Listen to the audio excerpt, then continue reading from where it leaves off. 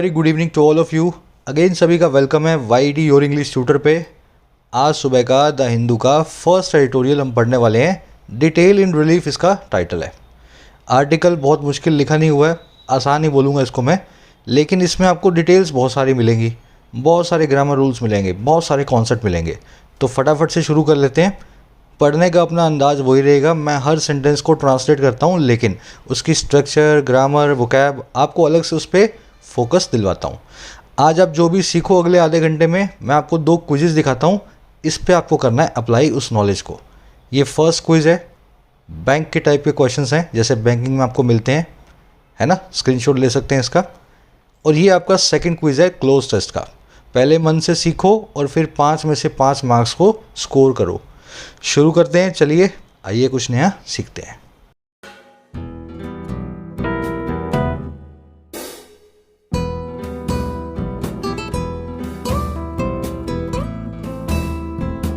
Detail in relief. देखिए, relief का मतलब होता है राहत, डिटेल का मतलब आप जानते हैं। कह रहा है कहीं से डिटेल्स आई हैं और कैसे आई हैं, राहत बन के इन रिलीफ। हमारे रिलीफ में हमारी राहत बन के कहीं से डिटेल्स पब्लिश हुई हैं। अब डिटेल किस चीज़ की हैं, किसने पब्लिश की हैं, बात कर रहा है on SC order on financial assistance to kin of कोविड-19 फैमिलीज। बात कर रहा है सुप्रीम कोर्ट के उस ऑर्डर की जो है फाइनेंशियल असिस्टेंस का। फाइनेंशियल असिस्टेंस जानते हैं ना, थोड़ी पैसे की मदद, है ना, असिस्टेंस मतलब मदद। और किसके लिए, रिश्तेदारों के लिए, किन के लिए, कोविड-19 फैमिलीज़ के। तो सुप्रीम कोर्ट ने एक डिटेल्ड ऑर्डर निकाला है जिसमें लिखा हुआ है कि कोविड-19 से मरने वाले लोगों के रिश्तेदारों को 50-50 हज़ार रुपये मिलेंगे और देने ही पड़ेंगे सरकार को। तो ये जो डिटेल्स आई हैं ना, इन किन लोगों के लिए रिलीफ बन के आई हैं, इनकी राहत बन के आई हैं। समझ गए? अब डिटेल से देख लेंगे अपने इसके टाइटल पैराग्राफ में क्या कहना चाह रहा है। पर इस वर्ड को देखो, असिस्टेंस, इसका मतलब होता है मदद। फाइनेंशियल असिस्टेंस मतलब पैसे की मदद। इसको आप हेल्प, एड, रिलीफ भी बोल सकते हैं। ये किन नाम का वर्ड आपने बहुत बार देखा होगा। इसका मतलब होता है आपका रिश्तेदार। किन का मतलब होता है आपका रिश्तेदार। इसी से एक फ्रेज बनता है किथ एंड किन, ब्लड रिलेटिव। ऐसा रिश्तेदार जिससे आपका खून का नाता है, भाई बहन, है ना, खून का नाता वाला, किथ एंड किन। अब इस वर्ड की खासियत है, खासियत ध्यान से समझना। ये वर्ड के आगे कभी आप एस नहीं देखोगे। रीज़न क्या है, ये किन जो है ना, किन, ये अपने आप में एक प्लूरल नाउन है। ये किन जो है आपके सभी रिश्तेदारों को बताता है। समझ रहे हो? जैसे एग्जांपल है, मैरिज बिटवीन क्लोज किन इज़ प्रोहिबिटेड। मैरिज जो है क्लोज किन के बीच में, करीबी रिश्तेदारों के बीच में प्रोहिबिटेड होती है ना। तो आप किसी अपने कज़न सिस्टर से, कज़न ब्रदर से, है ना, शादी करना चाहो, that is prohibited in most societies in India, है ना। तो मैं कहना चाहूँगा यहाँ पे कि अगर क्लोज किन्स आपने लिखा और आपको लिखा हुआ मिल जाए तो ये सेंटेंस गलत हो जाएगा। किन जो है, किन अपने आप में एक प्लूरल नाउन है, इसको कभी भी एस लगा के आप यूज़ नहीं करते हैं, याद रखना हमेशा इसको। इसी तरीके से किड्स एंड किन्स नाम की फ्रेज भी आपको नहीं मिलेगा, हमेशा क्या मिलेगा, किथ एंड किन। एस इसके आगे कभी भी मत लगाना। चलो टाइटल पैराग्राफ से देखते हैं क्या कहना चाह रहा है। एक लाइक और एक शेयर जरूर से देना इस वीडियो को। आपको ये सेशंस अच्छे लगते हैं तो आपके शेयर्स देने से इन सेशंस को रीच मिलती है यूट्यूब पे, है ना। कह रहा था SC order on payment to kin of कोविड-19 victims is a recognition of their plight. कह रहा है जो एससी का ऑर्डर है, सुप्रीम कोर्ट का जो ऑर्डर है, अच्छा किस बात का भाई, पेमेंट देने का, किन को, रिश्तेदारों को। अच्छा किन के रिश्तेदार, कोविड-19 के विक्टिम्स को, कोविड-19 के जो शिकार हैं। कह रहा है ये जो ऑर्डर है ये रिकॉग्निशन है, ये पहचान है, ये रियलाइजेशन है उनकी प्लाइट की, उनकी सफरिंग की। प्लाइट का मतलब होता है दुर्दशा, है ना, आपकी सफरिंग। तो ऑर्डर अपने आप में इस तरह का है कि लोगों की प्लाइट की दुर्दशा जो है उसको रिकॉग्निशन देता है, पहचानता है। इसमें साफ साफ लिखा गया है कि कोविड-19 से मरने वालों के परिवार बहुत परेशान है आज की डेट में। समझ गए? ऑर्डर आपका सब्जेक्ट है, इज़ आपकी वर्ब है, सब्जेक्ट मिलेगा ग्रीन में, वर्ब मिलेगी पिंक में। और पूरे आर्टिकल की हर सेंटेंस को ऐसा ग्रीन और पिंक कलर मैंने दिया है ताकि अंडरस्टैंडिंग को आप बिठा पाओ। तो इसको आपको फॉलो करना है ना, इस कलर पैटर्न को। देखने वाली चीज़, प्लाइट मतलब दुर्दशा, सफरिंग, मिजरी, जिस चीज़ ने आपको परेशान किया हुआ है वो आपकी प्लाइट है। रिकॉग्निशन मतलब पहचान, आइडेंटिफिकेशन, रियलाइजेशन। सरकार ने पहचान लिया है सुप्रीम कोर्ट ने कि लोग बड़े परेशान हैं कोविड के बाद। चलिए आगे बढ़ेंगे, फटाफट अपनी वोकैब देख लेते हैं इस आर्टिकल में जो यूज़ हुई है, ताकि आर्टिकल आप स्मूथली पढ़ पाओ। अपनी ऐप को डाउनलोड करें योर इंग्लिश ट्यूटर को गूगल प्ले स्टोर से, एंड्रॉयड प्ले स्टोर से। कमेंट सेक्शन में इसका लिंक भी डाल रहा हूँ। ऐप पे मिलेंगे क्वालिटी कोर्सेज अफोर्डेबल प्राइसेस में। कोर्सेज की क्वालिटी आप जानते हैं, मैं खुद डिज़ाइन कर रहा हूँ। जैसे बेसिक्स और एडवांस इंग्लिश राइटिंग का है, हर एग्ज़ाम के लिए लिखना कैसे है बिल्कुल बेसिक से आपको सिखा रहा हूँ ग्रामर के साथ। कोर्सेज पे कोड्स लगते हैं, जैसे इंग्लिश राइटिंग स्किल्स वाले पे आप लर्न टू राइट कोड लगाओगे 699 की जगह 499 में मिलेगा। इसी तरह से आपको एसएससी और बैंक से कोर्स मिलते हैं 50-50 रुपये में, एक महीने की वैलिडिटी के साथ। राइटिंग स्किल्स वाले पे आपको 1 साल की वैलिडिटी है, याद रखें। प्राइसेस बढ़ने वाले हैं क्योंकि अब जीएसटी ऐड हो जाएगा। अभी तक जीएसटी मैं अपनी जेब से दे रहा हूँ, बहुत जल्द आप देखेंगे कि जीएसटी का अलग से आपको पैसा देना होगा। प्राइसेस बढ़ने से पहले कोर्सेज का फ़ायदा उठाएं। चलिए,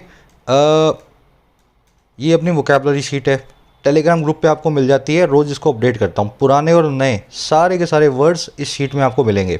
आज के वर्ड्स पे नज़र डालेंगे। बहुत सारे वर्ड्स पुराने हैं, जैसे वर्ड है regress, caveat, dispose of, offset, ambit, ये सब पुराने वर्ड्स हैं। और 2 नए वर्ड्स हैं, असर्टिवनेस और सकर। देखें एक एक करके। देखिए, रिग्रेस का मतलब होता है बहुत स्ट्रिक्ट हो या बहुत बर्डनसम हो, है ना, बहुत कठोर बोलते हैं, हिंदी में बोलते हैं कठोर है। जैसे army schools are known for their rigorous discipline. Army schools जाने जाते हैं अपने रिगरस डिसिप्लिन के कारण, अपने कठोर अनुशासन के लिए। समझ गए ना, रिगरस। अब ये रिगर नाम के वर्ब से बना है रिगरस, रिगर नाम के नाउन से बना है रिगरस नाम का एडजेक्टिव। अब रिगरस के सिनोनिम्स है स्ट्रिंजेंट, रिजिड, हार्श और स्टर्न। आज ये स्टर्न नाम का इसका सिनोनिम आप आर्टिकल में देखेंगे। समझ गए ना, तो रिगरस नाम के वर्ड का ही सिनोनिम है स्टर्न। एक और वर्ड है कैवियाट, इसका मतलब होता है अ वार्निंग या एक स्पेशल कंडीशन। जैसे the man sold cheap second hand products with a caveat of no warranty. आदमी बेचा करता था सस्ते सेकंड हैंड प्रोडक्ट्स को एक कैवियाट, एक स्पेशल कंडीशन के साथ, जो थी बिना किसी वारंटी की। सस्ता देता था, पुराना देता था, अच्छा देता था, लेकिन कोई वारंटी नहीं थी, वापस नहीं कर पाओगे, ऐसा उसका कैवियाट था, स्पेशल कंडीशन थी। समझ गए? तो स्पेशल कंडीशन को बोलते हैं कैवियाट। इस वर्ड को भी आज आप आर्टिकल में कैवियाट को देखोगे। फिर डिस्पोज ऑफ, इसका मतलब होता है किसी से छुटकारा पाना, गेट रीड ऑफ समथिंग, है ना। The killers try to get rid of या dispose of the body by throwing it in a river. Killers ने कोशिश किया कि छुटकारा पाएं बॉडी से, उसको नदी में फेंक करके। तो ये डिस्पोज ऑफ का एक सिनोनिम है शेड, जिसको आज आप इस आर्टिकल में देखोगे। इसका मतलब होता है छुटकारा पाना, शेड करना।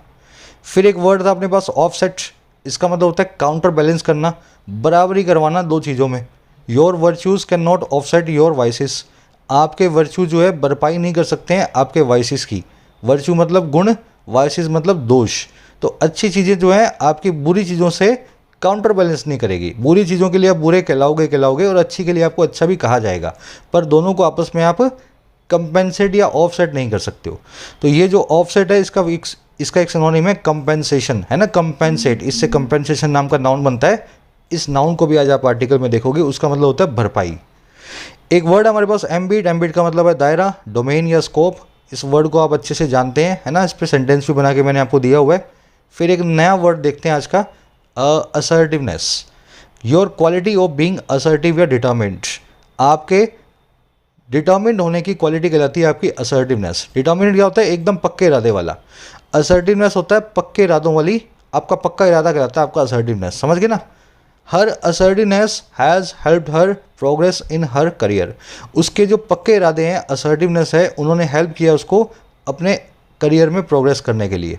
समझ गए ना, बहुत डिटर्मिन्ड है वो, इस वजह से करियर में बहुत आगे गई है, वो बहुत प्रोग्रेस कर रही है। इसको डिटर्मिनेशन बोल दो, विल पावर बोल दो या फर्मनेस बोल दो असर्टिवनेस को। एक लास्ट वर्ड है अपने पास सकर। सकर का ये सॉकर से कोई कनेक्शन नहीं है, फुटबॉल से, ये है सकर, है ना, वो है सॉकर। तो सकर का मतलब होता है अ स्मॉल रिलीफ, एक छोटा सा आपको राहत मिले, that is called succour. Humanitarian aid by the locals has provided succour to the war refugees.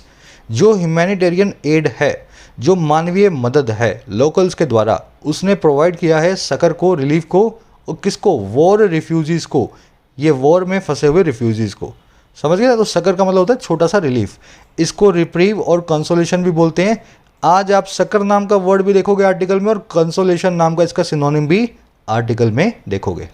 चलिए समरी में आपको दे देता हूँ किस बारे में लिखा हुआ है, पता लगे।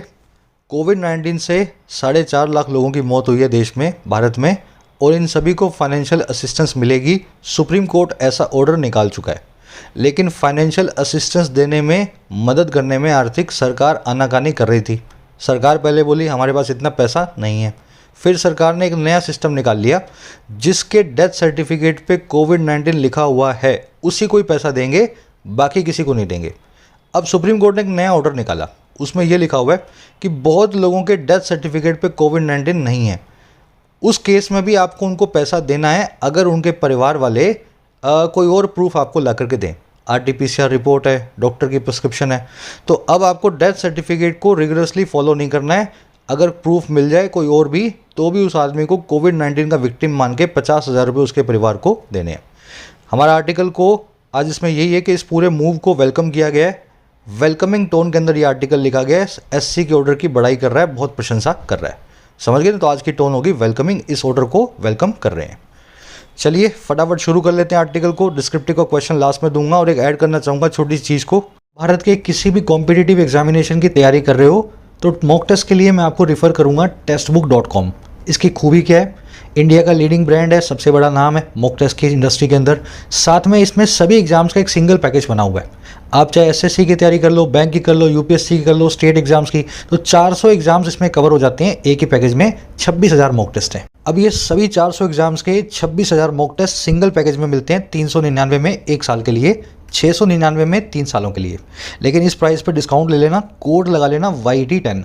जैसे ही कोड लगाओगे 399 वाला 280 में, 699 वाला 490 में आपको मिल जाएगा 30% डिस्काउंट के साथ। लिंक डाल रहा हूँ कमेंट सेक्शन में ऐप का मैं। डिस्काउंट रहते हुए उसका फ़ायदा जरूर उठाएं, कोड लगाएं YT10।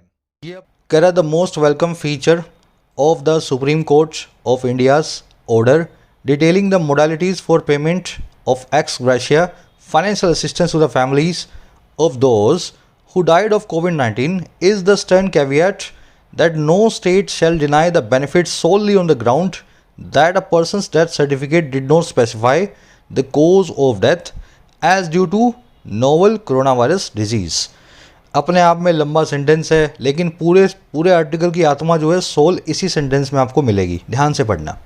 कह रहे एक वेलकम, यह सबसे ज़्यादा वेलकम जो फीचर है, फीचर आप जानते हो ना, विशेषता, गुण, और मोस्ट वेलकम मतलब जिसका सबसे ज़्यादा स्वागत हो। कह रहा सबसे ज़्यादा वेलकम करने लायक जो फीचर है ना सुप्रीम कोर्ट ऑफ इंडिया के ऑर्डर का। और कौन सा ऑर्डर? वो वाला ऑर्डर जो डिटेल करे, जो पूरा डिटेल में बताए। और किसको? अप्रोच को, मोडालिटी को। मोडालिटी मतलब अप्रोच, किसी काम को करने का प्रोसीजर। और प्रोसीजर किसको करने का? उस पेमेंट को, उस भुगतान को जो है एक्स ग्रेशिया फाइनेंशियल असिस्टेंस का। फाइनेंशियल असिस्टेंस मतलब आर्थिक मदद, किसी को पैसे की मदद। एक्स ग्रेशिया का मतलब होता है बाय फेवर, एहसान करके। सरकार एहसान करती है, अगर आपके घर में किसी की डेथ होती है तो सरकार एहसान के तौर पे आपको कुछ पैसे देती है। तो कह रहे सबसे जो वेलकम फीचर था ना सुप्रीम कोर्ट ऑफ इंडिया के ऑर्डर का, वो वाला ऑर्डर जो डिटेल करता था मोडालिटी को पेमेंट के लिए। और पेमेंट है एक्स ग्रेशिया फाइनेंशियल असिस्टेंस की उन परिवारों को और उन लोगों के जो डाई किए, जो मर गए कोविड-19 डिजीज़ से। कह रहा जो सबसे अच्छा फीचर जो है इस पूरे ऑर्डर का, कह रहा वो है ये वाली स्टर्न कैवियाट, ये वाली एक मजबूत सी कंडीशन। स्टर्न का मतलब क्या होता है? मजबूत, स्ट्रिंजेंट। अच्छा, कौन सी कैवियाट, कौन सी स्पेशल कंडीशन? दैट वो ये कि कोई भी स्टेट डिनाई नहीं करेगी, कोई भी राज्य डिनाई नहीं करेगा बेनिफिट को, इस 50,000 रुपये के फाइनेंशियल असिस्टेंस के, खाली इस ग्राउंड पे, इस आधार पे दैट वो ये कि पर्सन का डेथ सर्टिफिकेट स्पेसिफाई नहीं करता था, साफ साफ नहीं बताता था कोज ऑफ डेथ को, और किस प्रकार से, वजह से नोवल कोरोना वायरस डिजीज़ के, कोविड-19 बीमारी के। समझ गए? सेंटेंस बड़ा आसान है, एक बार रिपीट कर रहा हूँ। सबसे अच्छा फीचर इस कोर्ट के ऑर्डर का, वो ऑर्डर जिसमें डिटेल किया गया है प्रोसीजर को। प्रोसीजर किसका है? पेमेंट का, एहसान वाले फाइनेंशियल असिस्टेंस के उन परिवारों को, उन लोगों के जो डाई किए थे, जो लोग मर गए थे कोविड-19 में। सबसे अच्छा फीचर यही है कि ये स्पेशल कैवियाट डाली गई है, बड़ी ही मजबूत स्पेशल कंडीशन डाली गई है। कोई भी राज्य मना नहीं करेगा इस बेनिफिट को, इस पैसे के, महज इसी ग्राउंड पे कि मरने वाले का जो डेथ सर्टिफिकेट है उस पर साफ साफ नहीं लिखा हुआ है कोज ऑफ डेथ जो है वजह से है, ड्यू टू है नोवल कोरोना वायरस डिजीज़ के, कोविड-19 बीमारी के। तो अगर आपके पास कोई और प्रूफ भी है तो आप जो है सरकार से 50,000 रुपये ले सकते हो। डेथ सर्टिफिकेट पे कोविड-19 लिखा हुआ ना ज़रूरी नहीं है। अब सेंटेंस की स्ट्रक्चर देखते हैं। फीचर की वर्ब है इज, हु की वर्ब है डाइड ऑफ, नो स्टेट की वर्ब है शैल डिनाई, और पर्सनस डेथ सर्टिफिकेट की वर्ब है डिड नॉट स्पेसिफाई। अब देखने वाली चीज़ें देखो, मोडालिटी मतलब प्रोसीजर, अप्रोच, किसी काम को करने का तरीका। एक्स ग्रेशिया मैंने आपको बता दिया, बाय फेवर, सरकार आपको अपने फेवर से देती है, एहसान से, आपका कोई अधिकार नहीं है लेने का, ठीक है। दोज यहाँ पे क्यों लगा गया? जब भी दे और देम के बाद में एडजेक्टिव क्लोज या फ्रेज आ जाए तो हम लगा लेते हैं दे और देम की जगह दोज। जैसे ये सेंटेंस है, they who evade taxes will be punished, वो लोग जो इवेड करते हैं, बच निकलते हैं करों से, टैक्सेस से, टैक्स की चोरी करते हैं, उनको पनिश किया जाएगा। ये सेंटेंस सही होता अगर बीच में ये एडजेक्टिव फ्रेज या एडजेक्टिव क्लोज ना होता।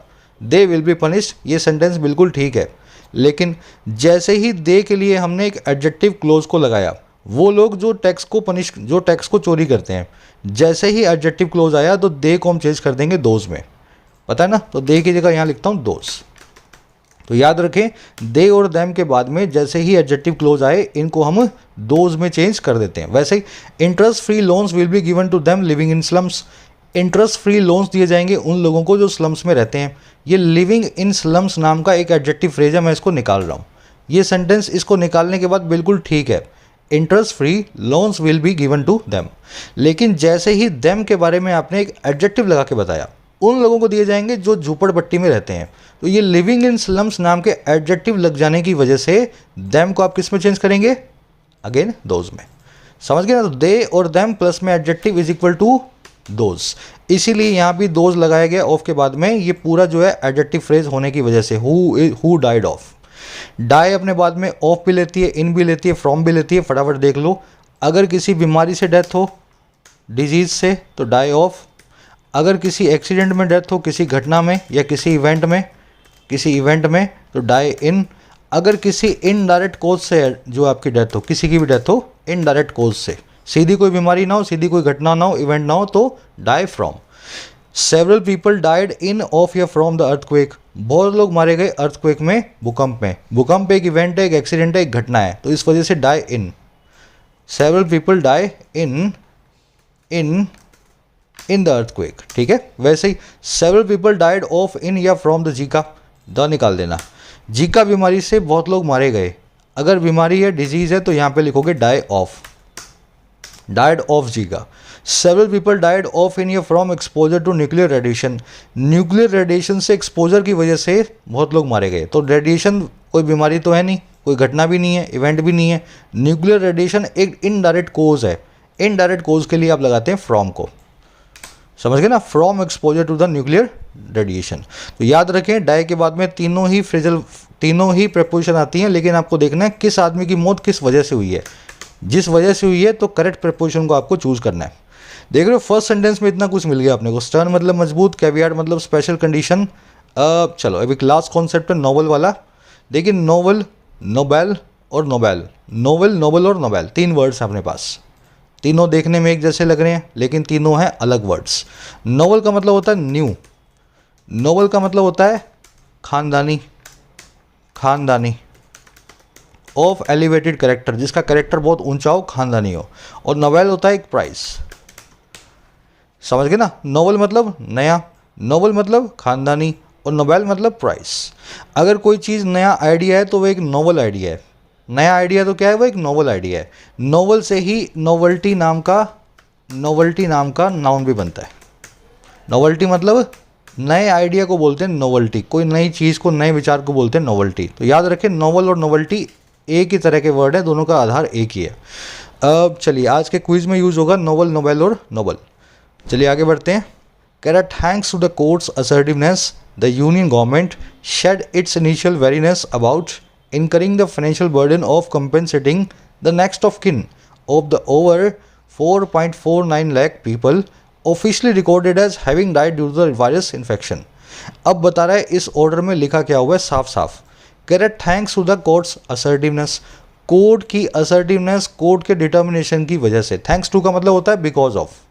कह रहा है बिकॉज ऑफ कोर्ट की असर्टिवनेस, कह रहा है कोर्ट की डिटर्मिनेशन की वजह से ही, विलिंगनेस की वजह से ही, विल पावर की वजह से ही जो यूनियन गवर्नमेंट है ना, इसने शेड कर दिया, इसने छोड़ दिया, डिस्पोज ऑफ कर दिया, गेट रिड ऑफ कर दिया इसकी शुरुआती वेरीनेस को, शुरुआती कॉशन को, शुरुआती विजिलेंस को। वेरीनेस का मतलब होता है किसी चीज़ को लेकर के आप चौकन्ना होते हो, बहुत ज़्यादा डाउटफुल होते हो। तो इसने शुरुआती जो डाउट है हमारी सरकार के, उसको सरकार को छुड़वा दिया। और ये डाउट किस बारे में थे? इनकर करने के बारे में थे, बड़े सारे फाइनेंशियल बर्डन को, आर्थिक बोझ को जो था कंपेंसेट करने का, भरपाई करने का नेक्स्ट ऑफ किन को। अच्छा, नेक्स्ट ऑफ किन किन के?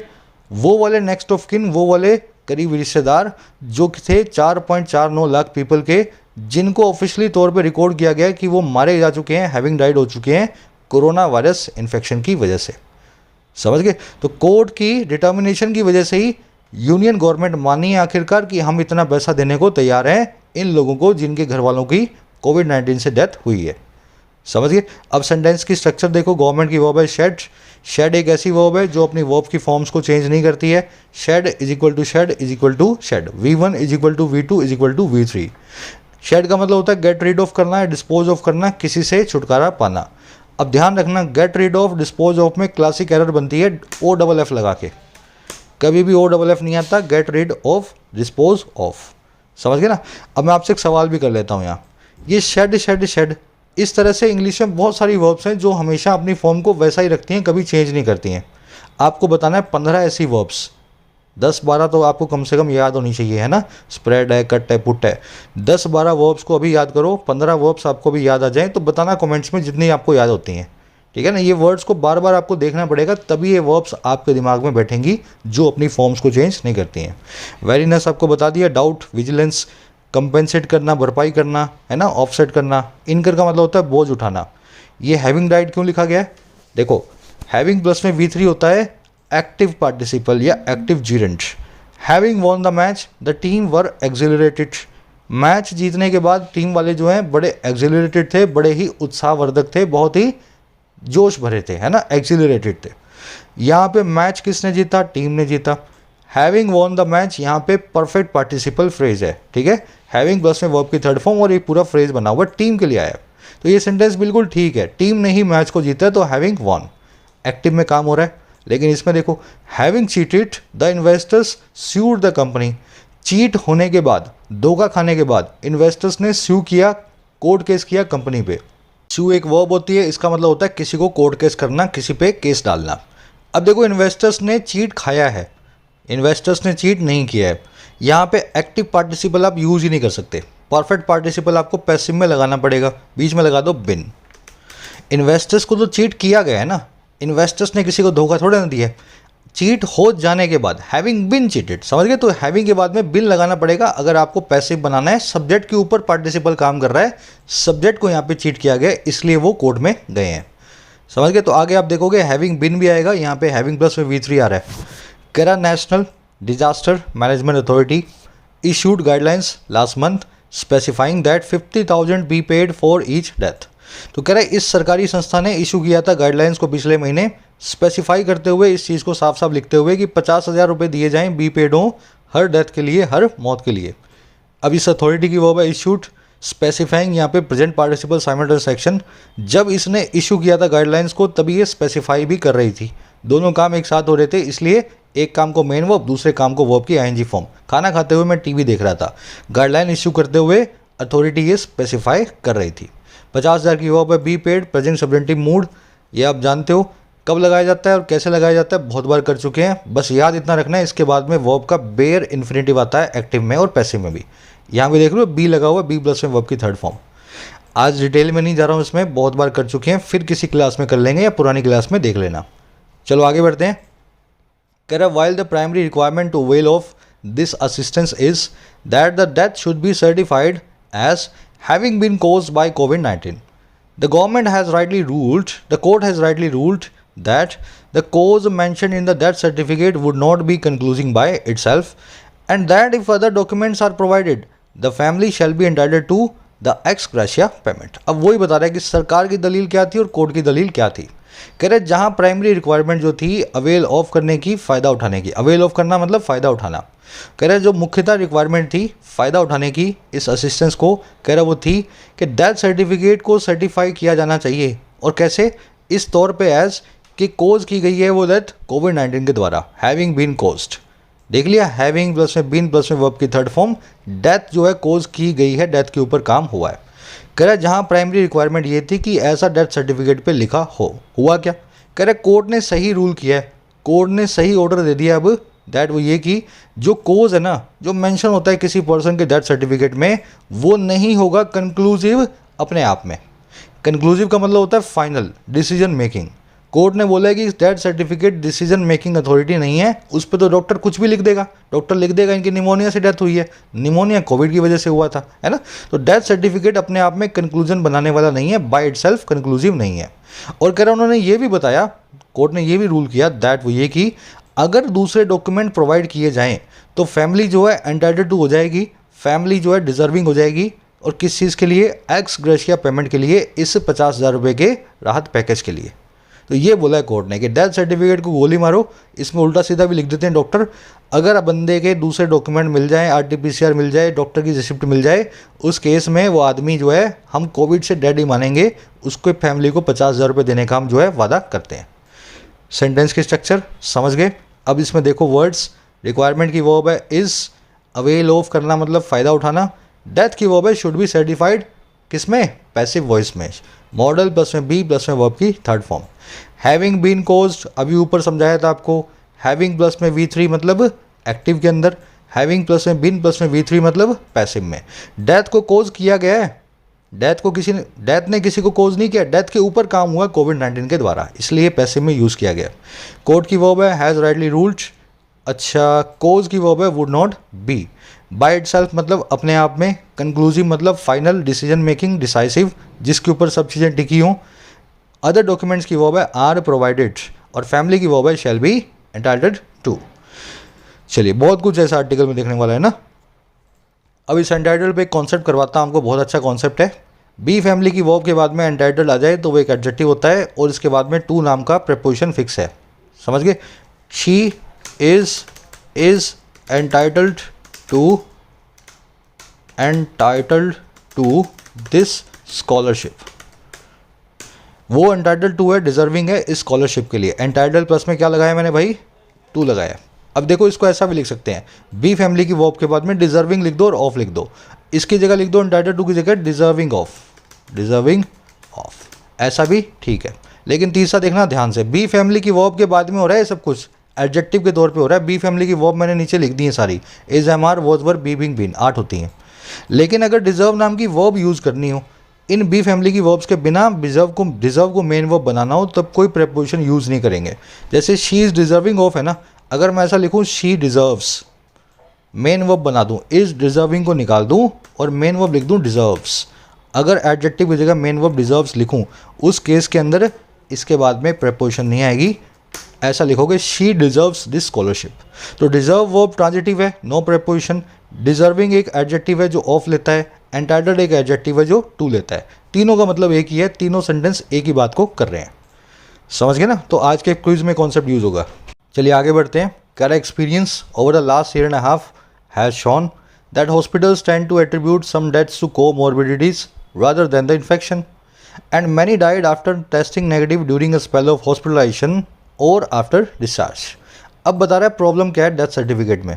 कह रहा है हमारा एक्सपीरियंस, हमारा तजुर्बा, हमारा अनुभव पिछले 1-1.5 साल का ये दिखा चुका है, शो कर चुका है कि हॉस्पिटल्स टेंड टू करते हैं, आदत है उनकी। टेंड टू मतलब किसी चीज़ की आपकी आदत होना, टेंड प्लस में इन्फिनेटिव। तो हॉस्पिटल की आदत है एट्रीब्यूट करने की, कारण बताने की कुछ डेथ्स को, और कारण क्या बताना है? कोमॉर्बिडिटी, उस आदमी की दूसरी बीमारियां। जैसे आपको बीपी और शुगर है, कोविड भी हो गया, किसी पर्सन को डेथ हो गई, तो हॉस्पिटल्स क्या लिखेगा डेथ सर्टिफिकेट पे? बीपी और शुगर से इस आदमी की डेथ हुई है, कोमॉर्बिडिटी की वजह से इसकी डेथ हुई है, बजाय किसके? रादर देन इन्फेक्शन के, कोविड-19 वायरस के। तो ऐसा हमारा एक्सपीरियंस अभी तक का हमें बताता है। और कह रहे बहुत लोग डाई किए, बहुत लोग मर गए, और कब? टेस्ट नेगेटिव होने के बाद, दौरान एक लंबे स्पेल के हॉस्पिटलाइजेशन के, और या फिर डिस्चार्ज के बाद। तो कोविड हुआ, हॉस्पिटल में गए, इलाज करवाया, नेगेटिव हो गए, घर आ गए, नेगेटिव होने घर आने के बाद कोविड से डेथ हुई है, मतलब डेथ हुई है तो कोविड से ही हुई होगी ना मोस्ट प्रोबेबली। तो ऐसे लोगों को भी डेथ सर्टिफिकेट में कोविड लिख करके नहीं दिया जाता, ये हमारा एक्सपीरियंस अभी तक का बताता है। लेकिन कोर्ट ने बोला है ऐसे लोग भी कोविड के अंदर ही माने जाएंगे, उनको भी पैसे आपको देने पड़ेंगे। समझ गए सेंटेंस को। एक्सपीरियंस की वर्ब है हैज शोन, हॉस्पिटल्स की वर्ब है टेंड, टेंड प्लस में टू प्लस में बेस फॉर्म कहलाती है किसी चीज़ की आपकी आदत होना। I tend to do that, she tend to do that, है ना। Hospitals tends to attribute deaths. Attribute जिस चीज़ पे करते हो, जिस चीज़ का आप कारण बताते हो, एट्रीब्यूट टू लगा के आप बताओगे। कोमॉर्बिडिटी मतलब दूसरी बीमारियां। रादर देन को आप इंस्टेड ऑफ भी बोल सकते हैं। मैनी की वर्ब है डाइड। स्पेल का मतलब होता है पीरियड्स, है ना, टर्म या पीरियड्स। चलिए आगे बढ़े। कह रहे it has now been made clear that deaths occurring within 30 days from the date of testing और from the date of being clinically determined a COVID-19 case shall be treated as eligible for the aids, even if the death takes place outside the hospital in patient facility। अब क्या बताया court ने? कह रहा है अब ये चीज़ clear कर दी गई है, साफ कर दी गई है कि जो डेथ्स हैं जो अकर होती हैं 30 दिनों के अंदर, और किस डेट से? डेट ऑफ टेस्टिंग से, जिस डेट पे आपने टेस्ट करवाया था, या फिर उस डेट से जो है क्लिनिकली डिटरमिन होने की, हॉस्पिटल के तौर पे मतलब मेडिकली निर्धारित होने की हॉस्पिटल में कि ये COVID-19 का केस है। कह रहा है ऐसी सारी की सारी जो डेथ्स है ना 30 दिनों में जो हुई हैं इस काम के, कह रहा है वो ट्रीट की जाएंगी एलिजिबल के तौर पे इस एड के लिए, इस मदद के लिए। ऐसे हर आदमी को जिसकी डेथ 30 दिनों में हुई है COVID-19 होने के बाद में, तो उसको हम एलिजिबल ही मानेंगे। कह रहा है अगर यहाँ तक कि इवन इफ जो डेथ्स है वो टेक प्लेस होती है, वो होती है हॉस्पिटल के बाहर या इन पेशेंट फैसिलिटी में, आपके घर में। तो ऐसा इस कोर्ट के ऑर्डर में अब लिखा हुआ है। इट की वर्ब है has now been made, passive voice में इस चीज़ को मेक क्लियर किया जा चुका है, साफ बनाया जा चुका है। डेथ की वर्ब है शैल बी ट्रीटेड, है ना, और इस द डेथ की वर्ब है टेक्स प्लेस। यहाँ भी बीइंग प्लस में वर्ब की थर्ड फॉर्म लगी गई है, प्रेजेंट पार्टिसिपल का ही पैसिव बनाया गया है। पैसिव एक्टिव हमने पार्टिसिपल को बहुत डिटेल में किया हुआ है। अगर आप ग्रामर बेसिक देख चुके हो तो ये चीज़ें आपके लिए बच्चों का खेल है। कहाँ पे पैसिव पार्टिसिपल, कहाँ पे एक्टिव पार्टिसिपल, कहाँ पे प्रेजेंट, कहाँ पे पास्ट, कहाँ पे परफेक्ट पार्टिसिपल। चलिए आगे बढ़े। Correct given the fact that independent data analysis has revealed a possibly huge under count in the official COVID-19 toll maintained by the state governments and the center, the view that only a certified COVID-19 death should be eligible for compensation has been widely discarded। अब बता रहा है court के order की अच्छाइयाँ क्या है। ये तो बता दिया इसने क्या हुआ, सरकार का क्या कहना था, अब इसकी एनालाइज करके आपको बता रहा है हुआ क्या है। कह रहा है देखते हुए इस फैक्ट को, गिवन द फैक्ट, गिवन का मतलब है देखते हुए, कह रहा है देखते हुए इस चीज़ को कि इंडिपेंडेंट डेटा एनालिसिस ने हमें रिवील किया है। इंडिपेंडेंट मतलब जो सरकारी नहीं है, जो प्राइवेट एजेंसियों से आया है। तो प्राइवेट एजेंसियों का एनालिसिस हमें बताता है कि लगभग पॉसिबली एक बड़ा अंडर काउंट हुआ है, कम संख्या में गिनती हुई है ऑफिशियल COVID-19 के टोल की मौतों की, जो मेंटेन्ड बाय स्टेट गवर्नमेंट के द्वारा और सेंट्रल गवर्नमेंट के द्वारा। तो सरकार बोलती है 4.5 लाख मरे हैं, लेकिन इंडिपेंडेंट डेटा एनालिसिस बोलता है कि कम से कम 10 से 12 लाख लोग मरे हैं। कह रहा है इस फैक्ट को देखते हुए हुआ क्या। कह रहा है ये जो व्यू है ना, ये जो नज़रिया है, दैट वो ये कि महज एक COVID-19 के डेथ वाला सर्टिफिकेट वाला ही एलिजिबल होगा इस हर जाने के लिए, कंपनसेशन के लिए। इसको सही ही डिस्कार्ड किया गया है, इससे सही ही रिजेक्ट करवाया गया है। समझ गए। तो वैसे ही इतने लोग मरे जिनके डेथ सर्टिफिकेट ही नहीं बने। तो अब जो आपने डेथ सर्टिफिकेट वाली जो डिस्कार्ड किया ना, बिल्कुल ठीक किया है। अब RT-PCR के हिसाब से भी पैसा मिलना चाहिए लोगों को। एनालिसिस की वर्ब है हैज़ रिवील्ड, व्यू की वर्ब है has been discarded, has been rightly discarded, death की वर्ब है should be eligible. Under count मतलब कम गिनती। गिवन और गिवन दैट के बीच का डिफरेंस आप जानते हो, गिवन के बाद में नाउन और गिवन दैट के बाद में पूरा क्लॉज। चलिए आगे बढ़े। Analysis, basis, thesis, hypothesis, parenthesis, ये सारे ऐसे नाउन हैं जो सिंगुलर होते हैं। मैं चाहता हूँ कि आप सभी लोग इनका प्लूरल मुझे बना के दिखाओ, ठीक है। एनालिसिस का प्लूरल कैसे बनाऊंगा, ऐसे बनाऊंगा क्या, ES लगा के। सब लोग कोशिश करेंगे। ये 5 नाउन्स हैं, इनका प्लूरल कैसे बनाया जाए। ये एनालिसिस सिंगुलर है, यहाँ पे हैज़ वर्ब लगी हुई है। अगर प्लूरल बनाना हो तो कैसे बनाया जाए, कमेंट्स में सब अटेम्प्ट करो। चलिए, कह रहा है of course some documentary evidence will be required to establish the cause, but once it is submitted, the payment should be disbursed within 30 days।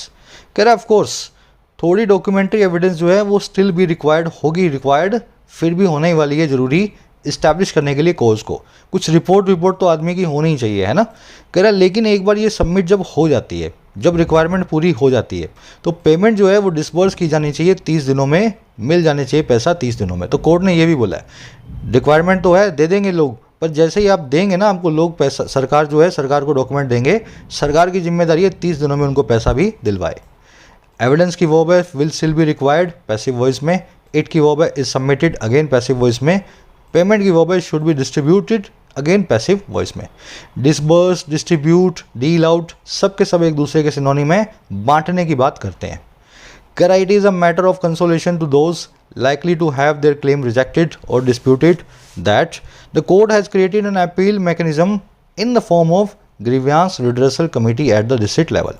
अब जिन लोगों को डिस्प्यूट है ना, सरकार उनके डॉक्यूमेंट मान नहीं रही है, तो कह रहा है कि ये मैटर ऑफ कंसोलेशन है, ये एक मुद्दा है रिप्रीव का, रिलीफ का, सकर का, थोड़ी सी राहत का, कंसोलेशन का, उन लोगों के लिए जो लाइकली हैं हैव करने वाले, जो संभावित है कि वो रखेंगे अपने क्लेम्स को रिजेक्टेड या डिस्प्यूटेड, जिनके क्लेम संभावित हैं कि डिस्प्यूटेड होने ही वाले हैं या रिजेक्ट होने ही वाले हैं।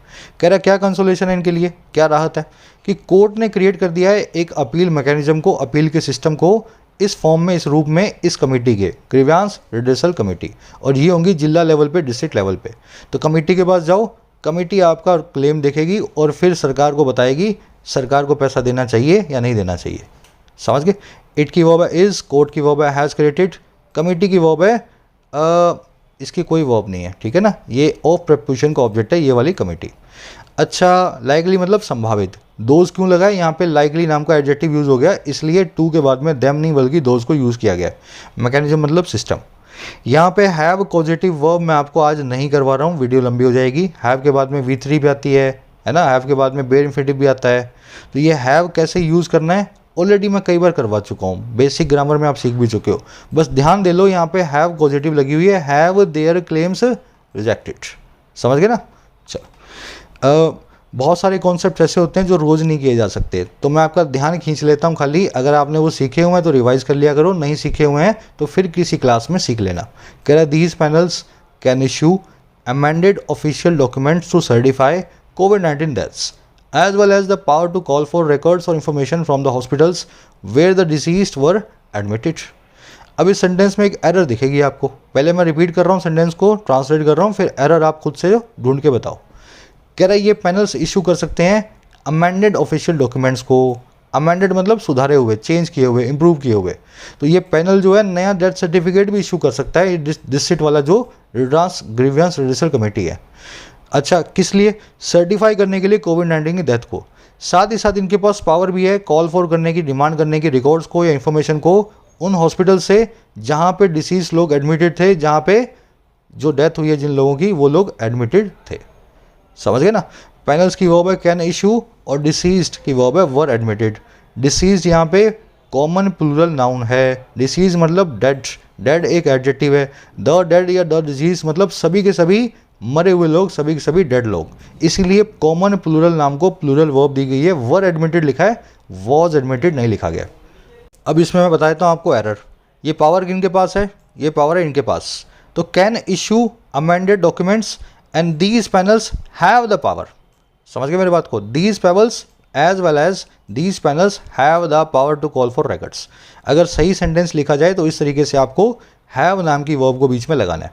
अब ये मैंने रात में लिया था आर्टिकल, रात को 1:30 बजे जब ये पब्लिश होता है, तो सुबह में शायद इन्होंने सही कर दिया होगा, तो आप न्यूज़पेपर में देख लेना। अगर नहीं किया है तो यहाँ पे हैव लगा लो, तो ये सेंटेंस बिल्कुल मीनिंगफुल बन जाएगा। बढ़े आगे। Care to buttress the need for a humane approach, the court has included those who took their own lives under the shadow of the pandemic in the ambit of the scheme। अब एक नई चीज़ की है court ने, buttress करने के लिए, support करने के लिए, बटरेस मतलब सपोर्ट करना, मजबूत बनाने के लिए, सपोर्ट करने के लिए उस ज़रूरत को जो एक ह्यूमन अप्रोच की, मानवीय अप्रोच की, कोर्ट ने इंक्लूड कर दिया है उन लोगों को भी जिन्होंने अपनी खुद की जानें ली, जिन्होंने सुसाइड किया इसी शेडो में, पैंडमिक की एम्बिट के अंदर, स्कीम के अंदर कोर्ट ने इनको इंक्लूड कर लिया है। तो कोर्ट ने बोला कि उन लोगों ने जिन्होंने सुसाइड किया ना कोविड की वजह से, उनको भी स्कीम के अंदर लो, 50,000 रुपये उनके परिवारों को भी दो, ऐसी नीड को, ह्यूमन अप्रोच को एड्रेस करते हुए, सपोर्ट करते हुए। समझ गए? कोर्ट की वर्ब है हैज़ इंक्लूडेड, हु की वर्ब है टुक, इंक्लूड किया गया in the ambit of the scheme. Ambit का मतलब होता है दायरा। दोज क्या क्यों लगा गया यहाँ पे? क्योंकि यहाँ पे हु टुक नाम का एक एडजेक्टिव क्लोज रखा था, इसलिए इंक्लूडेड के बाद में देम नहीं लिखा गया। ऑन एक ऐसा एडजेक्टिव है जिसके पहले हमेशा पजेसिव आएगा, देयर, माई, योर, है ना, तो यहाँ पे देयर ऑन यहाँ पे आपको लिखना पड़ा। कह रहा है it has also advise the authorities to avoid technicalities in processing claims. Court ने एडवाइस किया साथ ही साथ अथॉरिटीज़ को कि वो अवॉइड करें टेक्निकलिटीज़ को क्लेम को प्रोसेस करने में। तो टेक्निकल कारण ना बताएं कि क्लेम इसलिए प्रोसेस नहीं हो सकता, है ना, अगर कोई आदमी डिजर्विंग है तो फिर उसके डॉक्यूमेंट बनवाना भी आपकी जिम्मेदारी है। टेक्निकलिटी में मत फंसाना कि आपका आधार कार्ड नहीं है ना, आधार कार्ड लेके आओ। अगर नहीं है तो नहीं है, वो आदमी मर गया ना। तो इस चक्कर में भी कोर्ट ने बोला कि आपको एडवाइस करते हैं मत डालना किसी को भी, गरीब आदमी को। इट की वर्ब है हैज़ ऑल्सो एडवाइस, टेक्निकलिटी आप जानते हैं, तकनीकी कारण। कह रहा है the assistance will be welcomed by those affected not because it will be enough to address the adverse impact that numberless families have suffered due to the pandemic, but as a sign that there is some recognition of their plight and immediate succor available। कह रहे ये जो assistance है, जो राहत है, ये welcome की जाएगी उन लोगों के द्वारा जो प्रभावित हैं। इस राहत का स्वागत किया जाएगा उन लोगों के द्वारा जिनके घरों में मौत हुई है। इसलिए नहीं, नॉट बिकॉज, इसलिए नहीं कि ये इनफ होगी एड्रेस करने के लिए, पूरा करने के लिए, संबोधित करने के लिए खराब इम्पैक्ट को, बुरे असर को इस महामारी के, जिसको नंबरलेस फैमिलीज़ ने, अनगिनत फैमिलीज़ ने सफ़र किया है इस पैंडमिक की वजह से। इसलिए नहीं कि ये 50,000 रुपये इनके लिए बहुत होंगे, बट कि इसलिए, बिकॉज या बट, एक साइन के तौर पे, एक निशान के तौर पे कि कोई रिकॉग्निशन है, कोई पहचान है। देयर इज़ सम रिकॉग्निशन, थोड़ी पहचान हो रही है उनकी दुर्दशा की, उनकी प्लाइट की, और इमीडिएट सक्कर जो है उनको अवेलेबल हो रहा है, फटाफट से रिलीफ उन लोगों को मिल रहा है। समझ गए? तो असिस्टेंस को लोग वेलकम करेंगे, इसलिए नहीं कि 50,000 रुपये बहुत है, ज़िंदगी निकल जाएगी उनकी, बल्कि इसलिए कि इससे उनको ये पता लगा कि सरकार उनके बारे में सोचती है, उनकी दुर्दशा के बारे में सोचती है, और 50,000 जो एक साथ झटके में मिल रहे हैं उससे एक इमीडिएट रिलीफ इनको मिलेगा, लॉन्ग टर्म भले ही ना मिले। असिस्टेंस की वर्ब है विल बी वेलकम्ड, इट की वर्ब है विल बी, नंबरलेस फैमिलीज की वर्ब है हैव सफर्ड, है ना। रिकॉग्निशन की वर्ब है इज, देर से क्लोज शुरू हो रहा है इसलिए वर्ब को सब्जेक्ट से पहले रखा गया है ना, देर से क्लोज शुरू हो रहा है। सकर आप जानते हैं, रिलीफ, रिप्रीव, कंसोलेशन, छोटी सी राहत कहलाती है सब जो है सकर। सिंपल आर्टिकल था आज का, एडवर्स मतलब विपरीत, है ना, हार्मफुल हो, अनफेवरेबल हो या बैड हो। आज का आर्टिकल बहुत सिंपल था, इसलिए मैंने फास्ट प्रोसेस की है। ग्रामर रूल्स बहुत सारे आए हैं। मेरी कोशिश ये होती है कि वीडियो को 40-42 मिनट से लंबा ना रखा जाए, है ना, ताकि कोई बंदा ऐसा ना बोले कि सर लंबी हो गई वीडियो। तो मैं कुछ चीज़ें काट देता हूँ लास्ट में, देखना आप, बीच में से कई सारे कॉन्सेप्ट्स जो मैं निकाल देता हूँ। अब फटाफट अपने क्विज़ की तरफ आओ। ये 5 क्वेश्चन हैं, 4 क्वेश्चन, ये तो आपको खुद ही करने हैं क्लोज टेस्ट के। 5वां क्वेश्चन मैं आपको खुद करवा रहा हूँ, ठीक है। 4 के आंसर आपको फर्स्ट कमेंट में मिलेंगे, 5वां मैं आपको करवा रहा हूँ। कह रहा है इनमें से कौन सा ऑल्टरनेटिव जो है यूज़ करता है हाईलाइटेड वर्ड को करेक्ट मैनर में। तो यहाँ पे ये जो सही वर्ड है हाईलाइटेड है, इनमें से कौन से सेंटेंस में सही तरीके से यूज़ हुआ है। The noble use of super computers to mine the pandemic data has helped epidemiologist. जो नया यूज़ है सुपर कंप्यूटर्स का डेटा को माइन करने के लिए पैंडमिक के, उन्होंने हेल्प किया है एपिडेमोलॉजिस्ट को। एपिडेमोलॉजिस्ट मतलब महामारी विज्ञान के वैज्ञानिक। तो पैंडमिक के डेटा को अच्छे से समझने के लिए सुपर कंप्यूटर ने जो उनका यूज़ है ना, नोबल यूज़, इससे बड़ी हेल्प मिली है। अब देखो सुपर कंप्यूटर का एक नया यूज़ है, आज तक हमने पैंडमिक के डेटा से एनालिसिस नहीं करवाया था, तो ये नोबल यूज़ नहीं हो सकता। करेक्ट वर्ड होता है यहाँ पे नएपन के लिए नोबल। तो ये नोबल वर्ड गलत यूज़ हुआ है, यहाँ पे नोबल की जगह नोबल होना चाहिए था। The noble use of super computers, ना कि नोबल। नोबल का मतलब होता है हाई कैरेक्टर, है ना, अच्छा जिसका कैरेक्टर हो, खानदानी हो। जैसे हर noble character made the elections lopsided in favour of the party.